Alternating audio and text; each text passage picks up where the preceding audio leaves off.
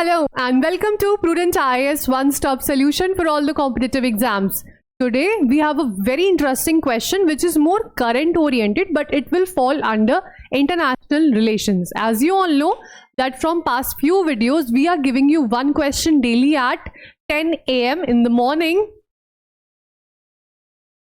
and at the end of the day we send the model answer of this question in our Telegram group Answer Writing by Prudent IAS. Not only this, we are also providing 90 days free evaluation.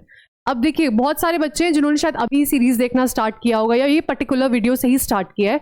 No problem, जो 90 videos हैं, through out all these 90 videos आपको जो भी question मिल रहा है, you can write the answer and send it in the Telegram group and it will be evaluated at no cost. Please avail the benefits. Let's quickly move to today's question. I will give you a basic demand and approach about this question and you can start writing. So as mentioned, this is from of course foreign policy, IR के सारे dimensions and current का बहुत ज़्यादा reflection है. Let me just read out the question for you. Recent tensions with Canada reflect a new dimension in diaspora diplomacy. Examine the challenges of balancing domestic law enforcement with global diaspora engagement. Diaspora तो हमेशा से एक बहुत ही important topic रहा है, ठीक है, but यहाँ पे इंडिया कनाडा स्पेसिफिक होकर हमें बात करनी है. तो कुछ बैकग्राउंड कंटेक्स्ट जान लेते हैं. सबसे पहले तो न्यूज़पेपर पढ़ रहे होंगे, आई होप. अगर नहीं तो please start reading the newspapers, because जो बच्चा लगातार न्यूज़पेपर पढ़ रहा है ना, उसको पता है कि ओके इसमें कहाँ से क्या शुरुआत हुई एंड अभी जो रिसेंटली प्रेजेंट में क्या सिचुएशन है, what was the all progress.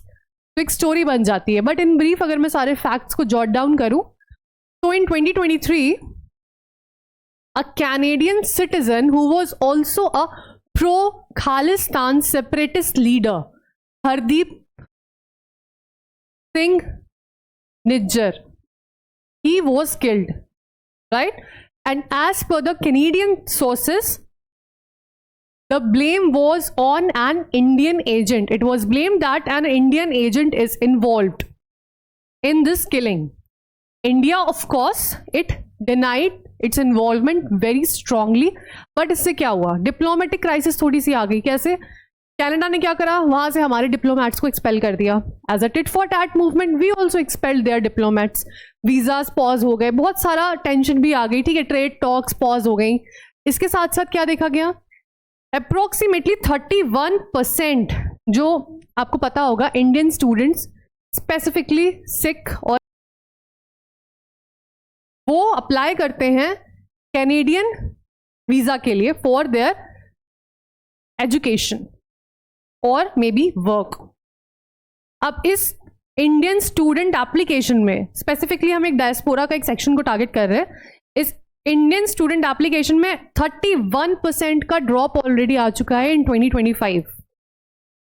तो ये ऑलरेडी दिखा रहा है हमारा अप्रोक्सीमेटली 1.4 मिलियन से भी ज़्यादा का डायस्पोरा है, जिसमें से 7,70,000 सिख है इन कनाडा. तो ये सारा डेटा आपको पहले तो पता होना चाहिए. कुछ चीज़ें अब सारी कंट्रीज में क्या बैठ के देखेंगे डायस्पोरा कितना है, नहीं, बट कोई कंट्री में इशू हुआ है, ठीक है, स्पेसिफिकली डायस्पोरा एंगेजमेंट से रिलेटेड कोई बात चल रही है, कोई क्राइम ऐसा है जो इंडिया अभी उसमें इन्वॉल्व हो चुका है, तो आपको ये बेसिक चीज़ें पता होनी चाहिए कि क्या हमारा स्टेक है वहाँ पे. So in continuation all this was happening. इसी पे ये क्वेश्चन बेस्ड है कि किस तरह से जो रीसेंट टेंशन्स हो रही हैं ये एक नया डायमेंशन बताती है. नया डायमेंशन क्यों? देखिए, इंडिया का दो चीज़ें का स्टैंड है. पहला, इंडिया चाहता है कि हमें अपनी सॉवरेनिटी को प्रोटेक्ट करना है एट एनी कॉस्ट. अब सॉवरेनिटी प्रोटेक्ट करनी है तो ऐसे जो सेपरेटिस्ट मूवमेंट्स हैं हमें उसे खत्म करना है. So we are against these separatist movements, ठीक, इस पे कर्व करना है. But at the same time हमारा इतना डायस्पोरा है, we have a global image of democratic law based nation, soft power, diaspora engagement, इन सारी चीज़ों हम डायस्पोरा को निग्लेक्ट नहीं कर सकते. We can not just cut off ties. And we already know इस एपिसोड से क्या हुआ था. वहाँ पे मोस्टली बहुत सारे सिख या जो और भी इंडियन बच्चे थे जिनका सॉफ्ट कॉर्नर था for Nijjar, they turned against India's stands. And आपने रिसेंटली भी देखा होगा प्राइम मिनिस्टर की विजिट पे बहुत ज़्यादा प्रोटेस्ट और सब कुछ भी हो रहा था. तो कहीं ना कहीं ये डायस्पोरा भी रिफ्लेक्ट कर रहा है, इस तरह से डायस्पोरा एंगेजमेंट भी चेंज हो रहा है. और इंडिया को कैसे बैलेंस करना पड़ेगा कि हम जो law enforcement, domestic law enforcement हमारा चल रहा है, this must balance with the diaspora, ठीक है, नेशनल इंटरेस्ट भी प्रिजर्व हो जाए हमारा। आपका जो आंसर होगा, this answer must also showcase कि इंडिया को क्या करना है, ए अपना नेशनल इंटरेस्ट प्रिजर्व करना है, टू निग्लेक्ट नहीं कर सकते डायस्पोरा को, तो ऑफकोर्स ये टाइज भी मेंटेन रखनी है, and three what India can do is build legal as well as cultural ties with the partner countries. तो ये कुछ अप्रोचेस वगैरह देनी है। अब बैक टू द क्वेश्चन, क्या डिमांड है इस क्वेश्चन की? जितनी भी मैंने कहानी बताई सारा कुछ इसी से रिलेटेड है। डिमांड सिंपली रीसेंट कंटेक्स्ट देना है इंडिया कनाडा का। एग्जामिन द चैलेंजेस, जो भी डायमेंशन क्या है, सबसे पहला क्या चैलेंजेस हैं, ठीक है, and then of course if the word limit allows then we will also give a way forward. A very brief way forward is also fine, but basically challenges को examine करना is extremely important. तो कैसे start कर सकते हैं? Demand आपको पता ही है। अप्रोच की बात करूं अगर मैं, I always say intro body conclusion, basic structure, ये एक टेम्पलेट है जिसमें आपको सारा आंसर डालना होता है, this can not be replaced. Introduction में the best you can do is recent issue को ही आप कोट कर दीजिए, ठीक है।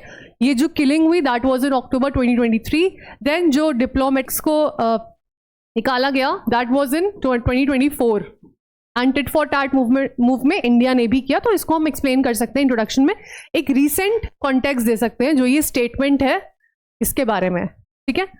Then quickly we will write about the evolving nature. See, जब भी डायरेक्टिव वर्ड एग्जामिन है तो ऑफ कोर्स आपको चैलेंजेस जो डायरेक्टली पूछे करने ही करने, उसके साथ साथ if you want, now this is totally up to you. देखिए आप यहाँ पे इवॉल्विंग नेचर जो है इंगेजमेंट का 1 या 2 पॉइंट में लिख सकते हैं। अगर ये 15 मार्क क्वेश्चन है तो 100% आपको ये लिखना ही लिखना है स्टेटमेंट के कंटेक्स्ट में कि क्या इवॉल्विंग नेचर हो रहा है, चैलेंजेस लिखने, एंड एक छोटा सा वे फॉरवर्ड, या वे फॉरवर्ड की जगह अगर नहीं है तो कंक्लूजन में आपको एक सजेस्टिव अप्रोच। 10 मार्क क्वेश्चन है, वर्ड लिमिट कम है, तो आपके पास ये ऑप्शन होता है कि आप एक इंट्रोडक्शन लिख दें, इवॉल्विंग नेचर के लिए बस 1 पॉइंट लिख दीजिए, ठीक है, जो स्टेटमेंट को बता देगा, and then quickly move to the challenges. जो डायमेंशन डायरेक्टली पूछा गया है हमें उस पर सबसे ज्यादा वर्ड लिमिट को यूज करना है, तो चैलेंजेस सबसे ज्यादा लिखे जाएंगे। अब इवॉल्विंग नेचर में आप क्या कहानी लिखेंगे जो मैंने बताई है, बट इसको लिखने के लिए कुछ तो स्पेसिफिक वर्ड्स का यूज होगा ना। किस तरह से ट्रांस नेशनल एक्टिविज्म में एक राइज आ गया है ना, ऐसे ही वर्ड्स जो कि IR स्पेसिफिक है आपको अपने आंसर में लिखने होंगे। Then after describing about all these you will quickly jump to the challenges. अब चैलेंजेस देखिए डिप्लोमेटिक एंगल में हो गया एक, ठीक है, किस तरह से टाइज खराब हो रही है भाई, expulsion of the diplomats. Then जो हमारा वहां पे डायस्पोरा है, स्पेसिफिकली द इंडियन स्टूडेंट्स, उनको कंफ्यूजन हो गया है, ठीक है, कि आगे क्या होगा। बीच में भी देखा होगा बहुत ज़्यादा कंफ्यूजन हो गया था, बच्चे जाए ना जाए, वहाँ पे जो है उनका क्या स्टेटस रहेगा। इसके साथ साथ लॉयल्टीज भी डिवाइड हो गई हैं। और अब ना जो लाइन है between the crime on domestic and foreign soil, ये भी थोड़ा थोड़ा ब्लर हो रहा है, ठीक है। तो ब्लरिंग ऑफ द लाइन्स,